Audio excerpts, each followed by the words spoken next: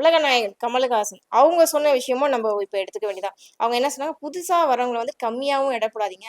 அதே நேரத்துல அவங்கள்ட்ட ரொம்ப ஓவரா எதிர்பார்க்காதீங்க. பொறுத்திருந்து பாருங்க. நீங்க தானே ஓட்டு போட்டு ஜெயிக்க வச்சீங்க. அப்ப பொறுத்திருந்து பாருங்க. இந்த வேர்ட்ஸ் வந்து நீங்க எப்படி பாக்குறீங்க? அதான் அவங்க இருக்குடா அப்படின்ற மாதிரி சொல்லிட்டு போனாங்க. வேற ஒன்றும் இன்டைரக்டா இன்டைரக்டா உண்மை. அது எல்லாருமே அப்படித்தானே மேம். இப்போ விஜய்க்கு எதிராக ஏறக்குறைய 70% மக்கள் இருக்காங்க. 30% அவர் ஓட்டு போடுறாங்க அப்படின்னா 70% அவருக்கு ஓட்டு போடலாம். அப்ப 70%க்கும் வெறுப்பு தானே இது. நாங்க விஜய்லாம் வரும்னு நினைக்கவே இல்லையே, விஜய் வந்து தொலைஞ்சிட்டாப்லே அப்படின்னு தான் எல்லாரும் உட்காந்துருக்காங்க. அது எல்லாருக்குமே ஆச்சரியம் சொல்லியிருக்காங்க. ஆச்சரியம் கலந்த மகிழ்ச்சின்ற மாதிரி அது நம்ம தலைவருக்கு மேம், அவரு பாவம். ஏன்னா அதேதானே எல்லாருக்கும் இருக்கும். யாருக்குமே இருக்க போகுது ஆச்சரியம் கலந்த மகிழ்ச்சி எங்களுக்கு இருக்கு. எனக்கெல்லாம் ஆச்சரியம் தான்.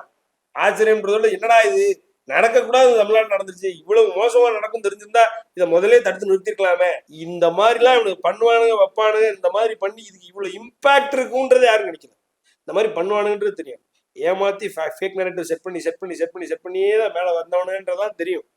விஜயை பத்தி, விஜயனோட மொத்த மாஃபியா கூட்டத்தை பத்தினா நல்லா தெரிஞ்சவன். நான் இப்போ என்னெல்லாம் பர்சனலாக கேட்டுக்கிட்டீங்கன்னா எனக்குலாம் அவங்களோட ரொம்ப க்ளோசஸ்ட் ப்ராக்சிமிட்டி இருக்கு.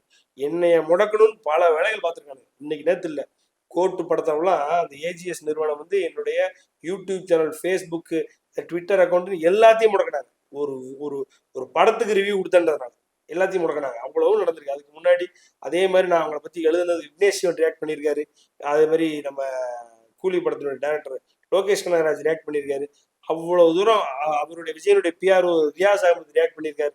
எல்லாரையும் ரியாக்ட் பண்ண வச்சா அவனுக்கு என்னென்ன அவனுக்கு செட் பண்றதை விட மோசமா ஃபேக் நரேட்டிவ் செட் பண்றானா எனக்கு அவங்களை பத்தி நல்லா தெரியும். ஆனா இவ்வளவு தூரம் இவனுக்கு பண்றது ஃபுல்லா உண்மை தெரிஞ்சு மக்கள் இவங்களை பார்க்காம இதை பூரா நம்பிக்கிட்டு இதுதான் உண்மைன்னு வாழ்ந்திருக்காங்களே, அதைத்தான் யாரும் கணிக்க தவறிட்டோம். அதுதான் அந்த மோசமான இம்பாக்ட் நீ தமிழ்நாட்டில் இருப்பதில் அதுதான் கணிக்க தவறிட்டோம். எல்லாருமே வந்து ஆச்சரியத்துல எந்த ஒரு மாற்று கருத்தும் ஆமா, நானும் ஆச்சரியப்படுறேன், நானும் ஷாக் ஆகி தான் உட்காந்துருக்கேன். ஆனா மகிழ்ச்சியா இருக்கேன்னா மகிழ்ச்சியா இல்லை.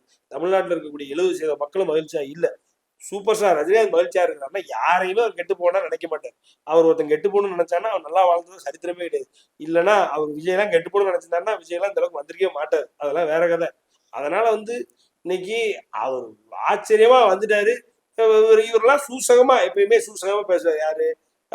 கமலஹாசன் அவர்கள். அதே மாதிரி ஒண்ணும் இடையில போயிட்டு ஒரு இடத்துல பேட்டி கொடுக்கும்போது என்ன சொல்லிட்டாரு அப்படின்னா, நாம தாதே சாஹிப் பால்கே விருது தலைவர் கொடுத்தாங்க. சூப்பர் ஸ்டார் ரஜினிகாந்த் அவர்களுக்கு தாதா சாஹிப் கொடுக்கும் பொழுது, சார் இதை நீங்க எப்படி பாக்குறீங்கன்னு கமலஹாசன் கேட்கும் பொழுது, அவரு வந்து ஒரு நிமிஷம் தலையை அப்படி ஆட்டிட்டு இப்படி ஸ்டைலா போனாலே போதும், அவர் கொடுத்துட்டாங்க அப்படின்றாரு.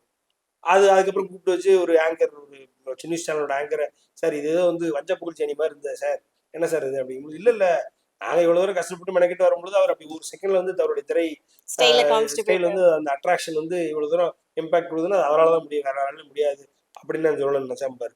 ஸோ அதனால வந்து அவர் இந்த வஞ்ச புகழ்ச்சி அணிலாம் பேசக்கூடிய நபர் தான் பேசுறாங்க. அவருக்கு இருக்கிற ஸ்டேஜருக்கு அவரெல்லாம் இன்னும் இறங்கி அடிக்கலாம். சரி, ஓகே. அதே மாதிரி நீங்க தான் ஓட்டு போட்டிருக்கீங்களா, இருக்கு உங்களுக்குலாம் பாருங்க, கொடுப்பாப்புல. நீ எப்படி ஓட்டு போட்டு அவரை இதெல்லாம் பார்த்து இந்த சர்க்கார் படத்தோட கிளைமேக்ஸும் மெர்சல் படத்தோட கிளைமேக்ஸும் இந்த லியோ படத்தோட இன்ட்ரோவும் இன்டர்வல் சீனையும் பார்த்து தானே நீங்க ஓட்டு போட்டிருக்கீங்க.